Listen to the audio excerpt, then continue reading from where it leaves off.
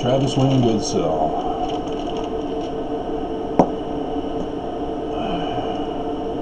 I reviewed my site. Saw someone ask a question about RJs.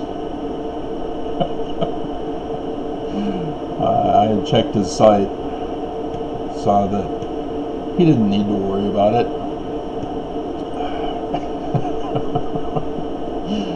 He's figured things out. So, how Satan became the devil. Pearl of Great Price and selections from the Book of Moses, or Mormons just shorten it to Moses, chapter 4, in verses 1 through 4. You can sort of leave out 2. It's short enough, so it doesn't matter. But it goes over Lucifer's plan of happiness. And Mormons don't seem to understand that because they're not likening the scriptures unto themselves. Because the Church of Lucifer follows this. And so Mormons should know that they should be looking for Lucifer's church if they want to make sure that they're following God and not Lucifer. But as one who was born and raised in the church myself, you take it for granted. You assume that the church you were born into is the true church, and you don't realize it. Like I was telling you about To the Devil a Daughter. It's an old 70s movie. I think it was back in the 70s. I don't think it was the 60s. It's about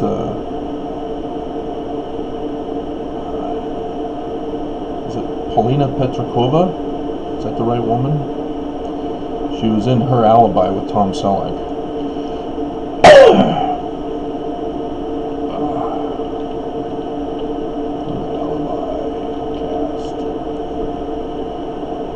Yeah, Paulina Porizkova.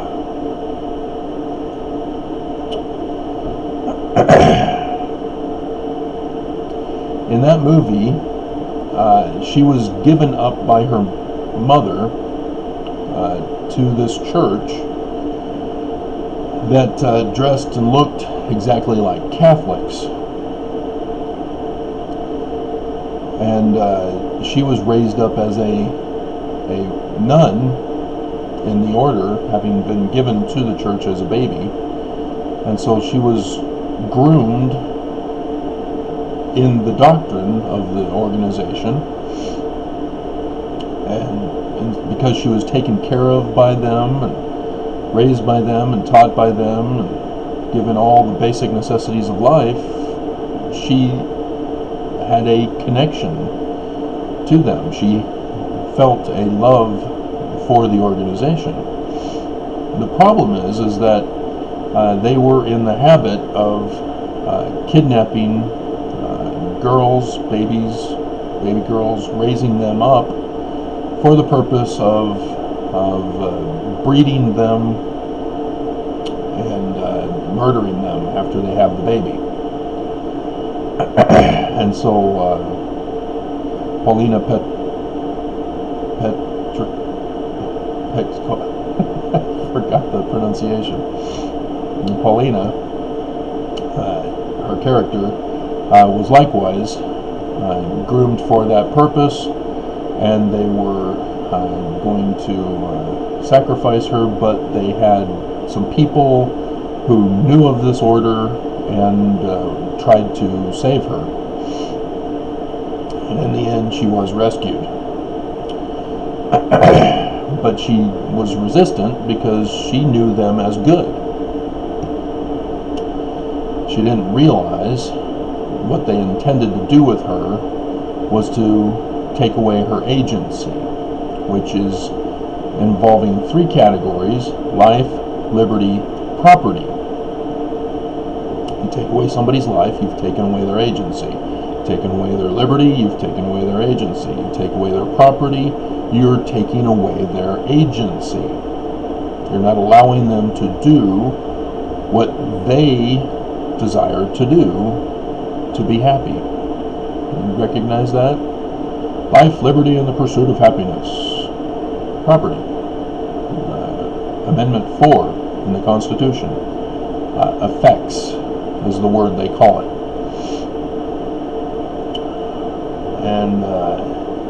And so here we have Lucifer in the Mormon theology talking about how he has a better plan than Heavenly Father's. So first you must understand Heavenly Father's plan. Heavenly Father's plan was to give agency, to let His children choose, and as we come to earth, we don't know prior information from the premortal existence. And so we come on here onto earth with a clean slate in our minds, and we experience things with our physical body. Sight, hearing, smell, taste, touch. And we have to learn how to use our bodies. And so people get to choose how they want to live their life. Now obviously, when somebody takes away your rights to life, liberty, and property, you don't like that. And there are reactions that humans have to those who try to take away our rights. But like I said, sometimes we're born and raised in an oppressive regime, oppressive, destructive, suppressive, oppressive, repressive, all those pressives, and we don't realize that there's a better way to live. And this is what the Mormons go through. We don't realize that what's happening to us is wrong. For me, my parents were fully embracing the church's concepts of taking away agency. And so for me, I rebelled. Whereas my other siblings, they all conformed and complied. And so they grew up on the brainwashing concept of I must conform and comply to those who are over me, whether it's my parents, my church leaders, my government leaders, my business leaders, etc. And so when a conflict arises where they are told that their agency has to be taken away from them, they just submit and say, "Yes, Master." Because they're under the impression that those who are in charge are doing it for their good and are doing it for their exaltation. So like Lucifer's plan, you don't get to choose, you get forced to be good, as Lucifer calls it. He says, "I will redeem all mankind, that not one soul shall be lost." So he's not trying to murder people. That's not his role, his end goal. He will do that to us so that we will recognize, hey, this whole concept of agency is wrong, because there are people who won't choose the right. We need to force them to choose the right in order for them to be saved. And you see that especially among Mormon parents who force the agency of their children because they don't want to be a separated family in the afterlife. They want families to be together forever in Heavenly Father's plan. I always want to be with my own family. See? That's been a con job on the Mormons this whole time.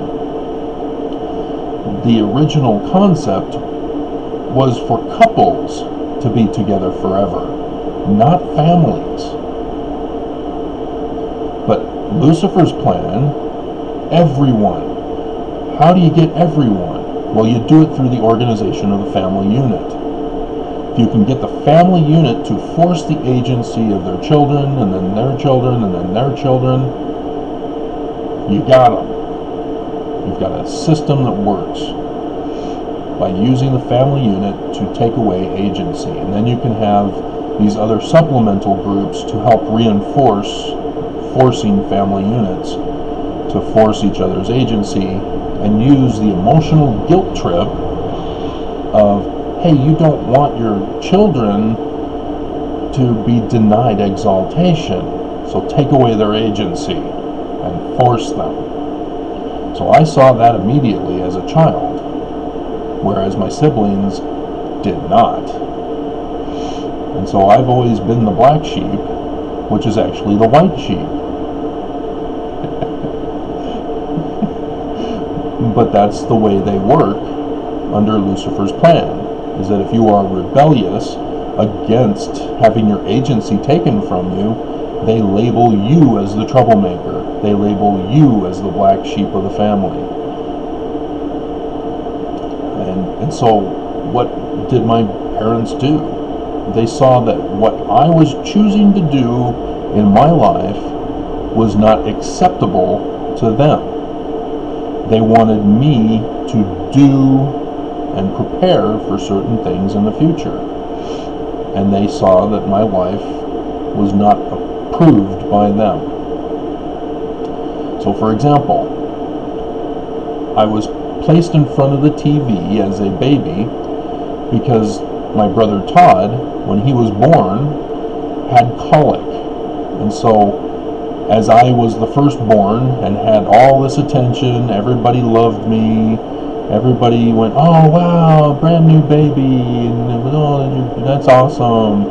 Now all of a sudden, a year and a half later, this baby comes along and takes all the attention away from me. So my mom places me in front of the TV. I'm given someone else to raise me, which was the TV. And Sesame Street, awesome show, has benefited my life greatly from the education that they provided, which was not only educational, but provided entertainment as the means of education. And that also produced a new form of education that the school systems in America was not catching on, and was causing children to be left behind, if you recall that in our school systems. No child left behind. We will force them to graduate even though they're dumb as a brick because we taught them the wrong process that they were born and raised with. And that's all it is that kids were growing up under a new system of education, and the schools were insisting on the old system to teach and train kids, and they just weren't catching up to the times.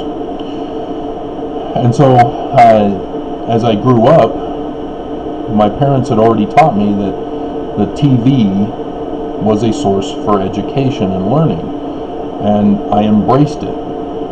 I was watching literally 8 to 10 hours of TV a day. And my parents then had my mom had a Relief Society meeting about how to control the agency of your kids by regulating the amount of time they can watch on TV.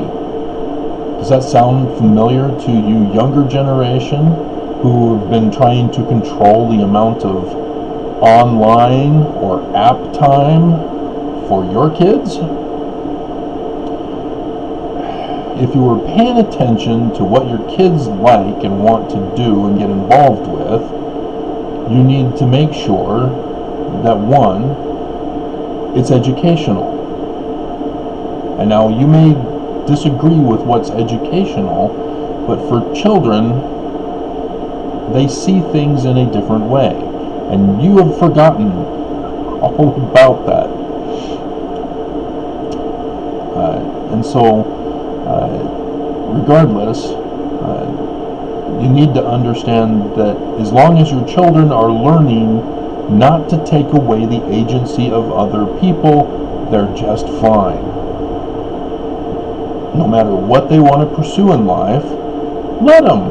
Encourage them. Help them in that path that they choose to pursue. See, when I was also put into Little League Baseball, and I used that as an excuse to bail out of piano lessons.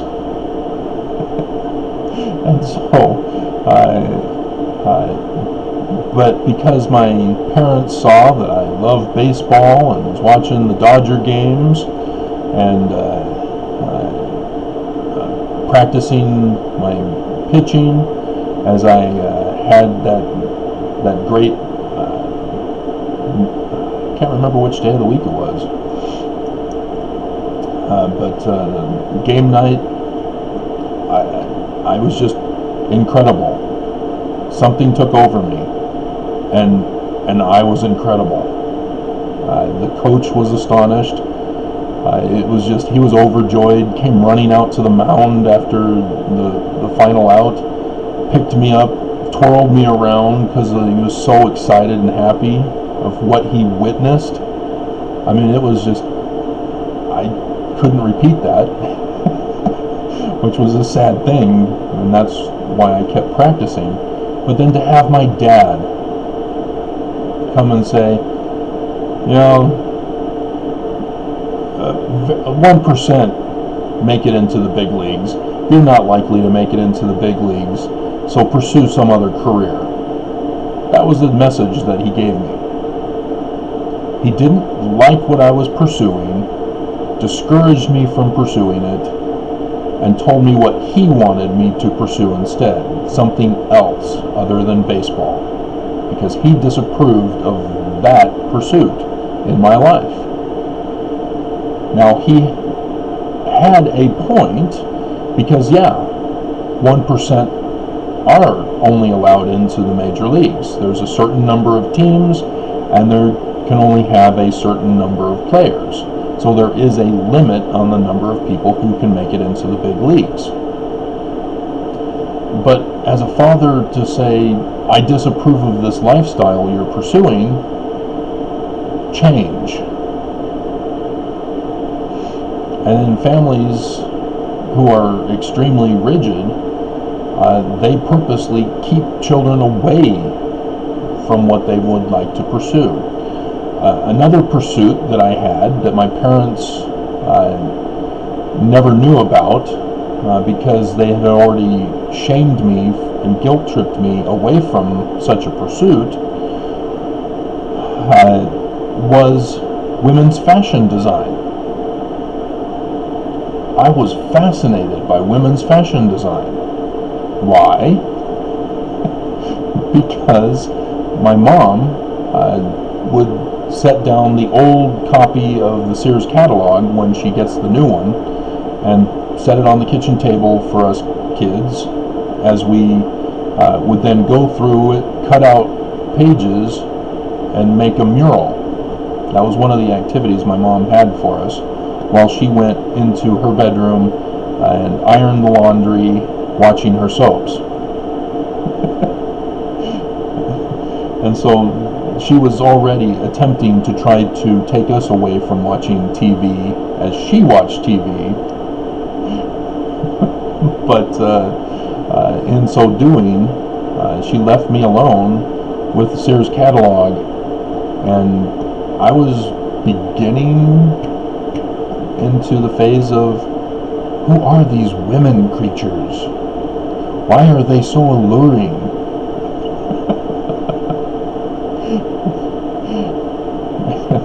They're somehow different than Mom and my sibling sisters. And so, I was fascinated.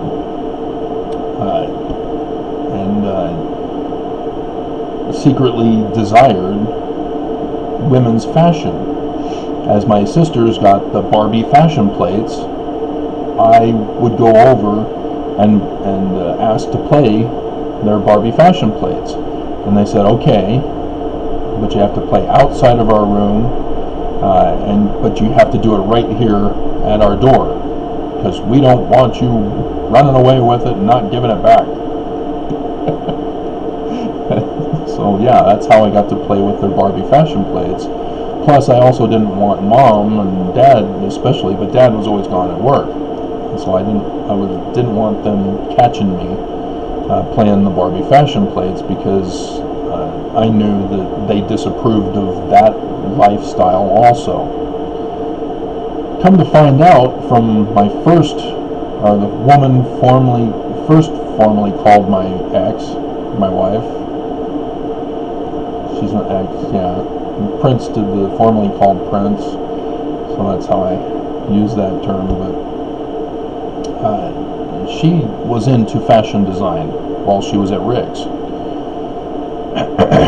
and so she blames me for taking her out of her lifestyle, which would have provided her with a $100,000 starting salary in the East Coast, and so I ruined her life. Again, did I, or did she not choose to pursue a completely different life with me? I've seen women in Utah, Mormon women, abuse men and abuse me, talking about how they've wasted their lives in dating one guy. The concept of dating multiple people in the beginning of the relationships to find out who works, who clicks, etc., because we have a large pool of fish to pursue. But yet in Mormon culture, it's like, oh no, we have to, whoever we date, we've got to pursue marriage with that one person. And so you'll see Mormons being very picky, saying, I don't know, you're not my type, and waiting for the greener grass on the other side of the hill. And so you have all these women who pursue missions, who pursue education, who pursue careers, and those women are like, where's the men? All we have at our age, as we're about to lose our eggs, as they're divorced, they're unemployed, living with their parents, there's no good quality fish for us to choose from. Yeah, that's our society. They tricked you. And now you're living with the consequences of the trap that our society, our religion, our government, our business has set for you. Because they didn't approve of the civil rights movement of women wanting equality. They don't want that for you.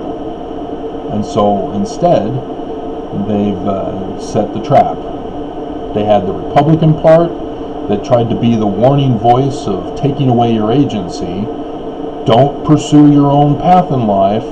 Be a subservient woman in the house bearing children, because that's the best for you.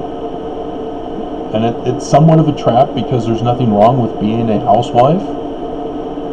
It's not a bad thing. It's not taking away your agency, because you get to control the outcome of your children. You get to determine the lives of your children. Now, are you going to choose to take away their agency, or are you going to choose to help them embrace agency to make good choices in their life? And how are they going to determine what good choices are if you're going to take away their agency versus embracing agency? And so the role of a mother is crucial in children's lives. But you have Republican conservatives saying, oh, it's important, all right, you need to be a slave. You need your agency taken from you because your role is important in taking away the agency of your children. And then the Democrat side is, oh no, you don't want a family, that'll ruin your life. Oh, your hips will be gone, your girlish figure will be gone, and oh, they body shame you, and oh, you need to pursue being a lesbian or pursue a career to dominate in the field, to be equal with men, which is not equal, because the way the society is set, you're replacing men. You're not being equal with them, you're replacing them. And men don't like that. You become a threat. But that's what they want you to do, is become the threat because of that contention. And so the Democratic liberal side is also messing you up, as the two sides are both wrong on how we should live our lives. And segregation. Segregation is a big part of the liberal agenda. And they claim that equality is their goal, but they want equality as long as you're segregated. So all Latinos are in their own community, rising up in equality as whites and lesbians and all these different groups they create for us, when we're just all human. So understand, this is Lucifer's trap, and mankind is listening to Lucifer and enacting his way upon us. And it's the family unit where he does it from. And so when you think of the family proclamation by Hinckley, he wasn't the first one to come up with a family proclamation in the church. Joseph Smith had one. Monogamy. A man and a woman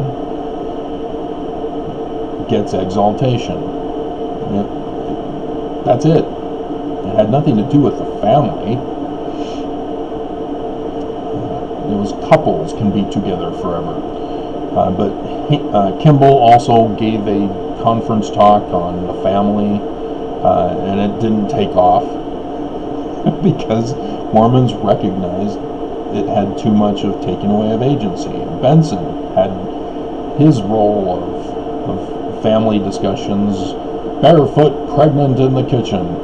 That's what I remember my first mother-in-law, now formerly called my mother-in-law, talking about, is that, oh, Benson just wanted us women barefoot and in the kitchen having babies. Barefoot, pregnant in the kitchen, or barefoot, pregnant in the kitchen. And she was talking about it as a bad thing. And that dichotomy, conflict,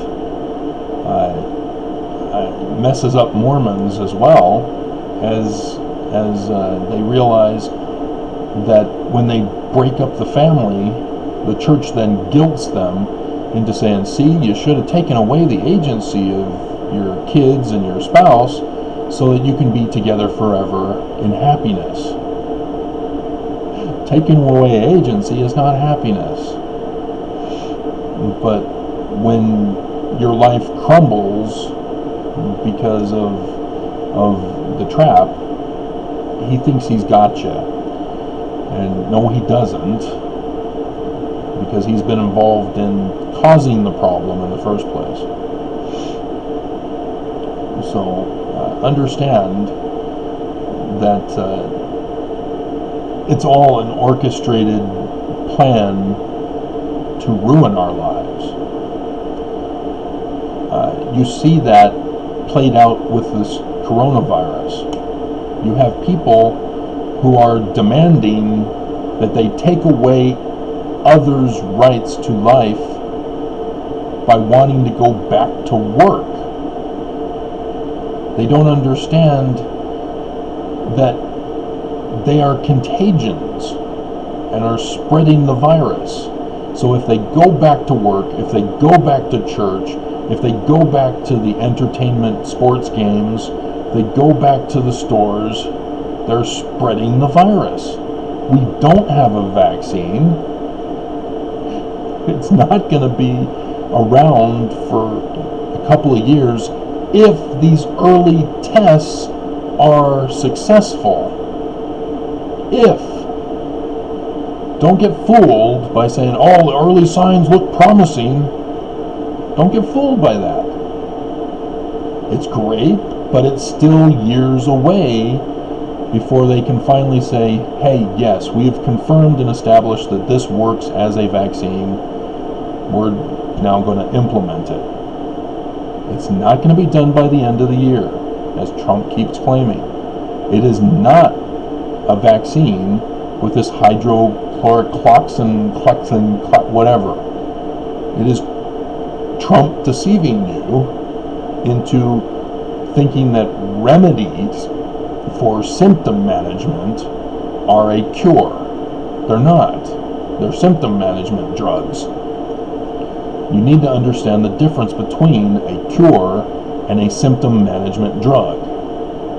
We don't have the cure for the virus that causes AIDS, HIV. We never figured out that vaccine.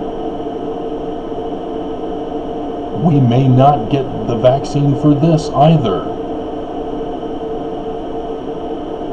But they have symptom management drugs for HIV.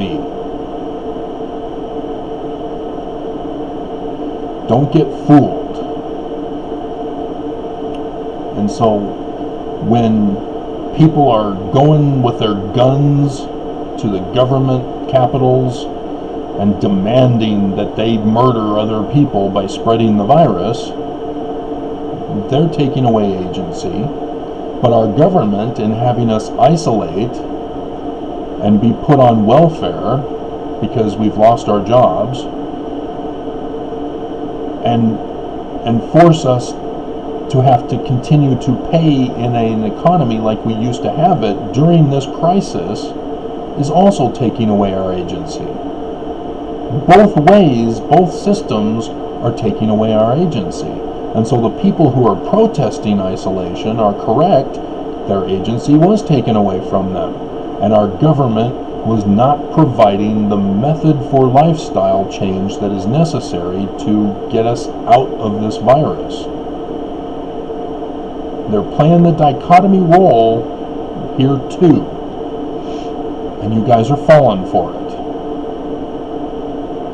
Whereas those who are living in fear because they don't want to get the virus, you guys are staying at home. You're not protesting, but now your money is running out and there's no hope in sight for a cure anytime soon, as this is going to continue. They're purposely trying to cause a civil war.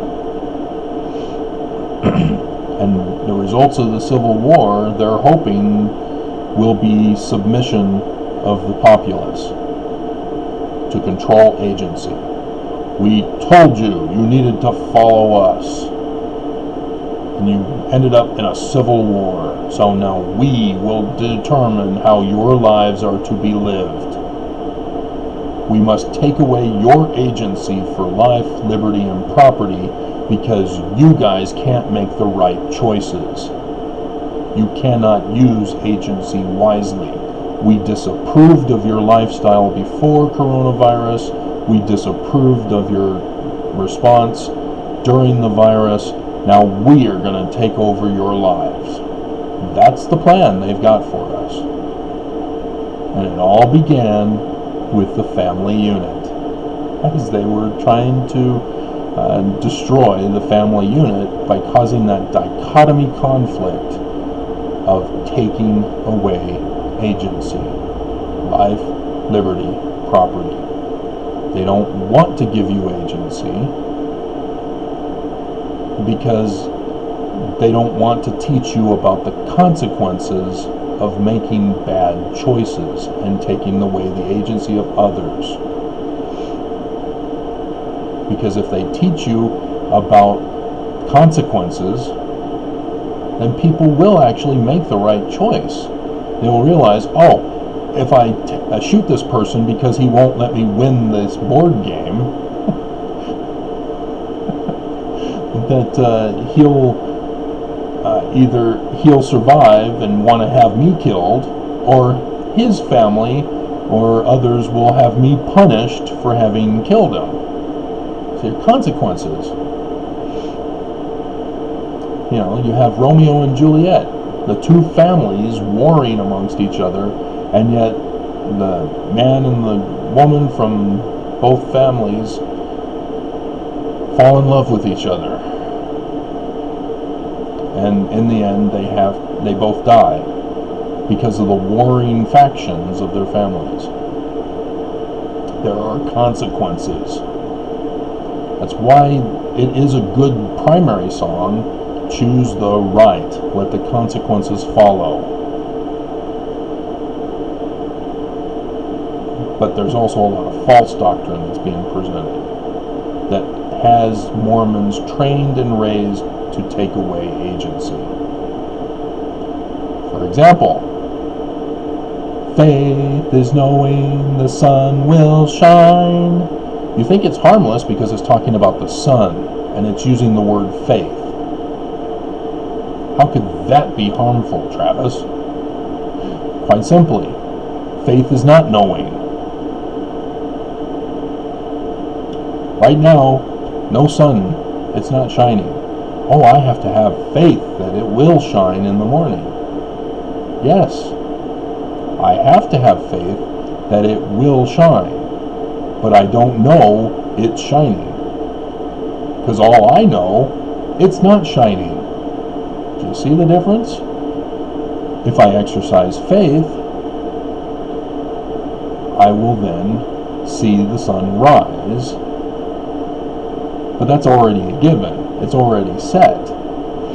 What scientists use is observation with our senses.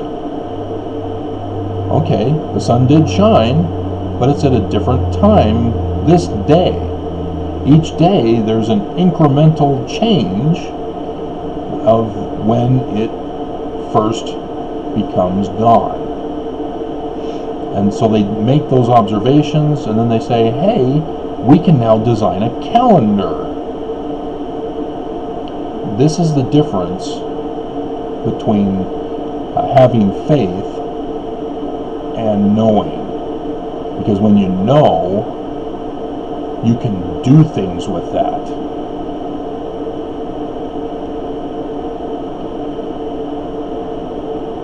So,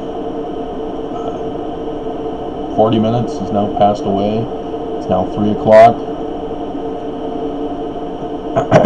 So, an hour for me to go over the news of the previous day. But I hope you understand the concept of agency.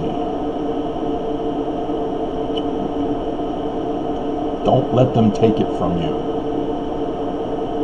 But don't take it away from others.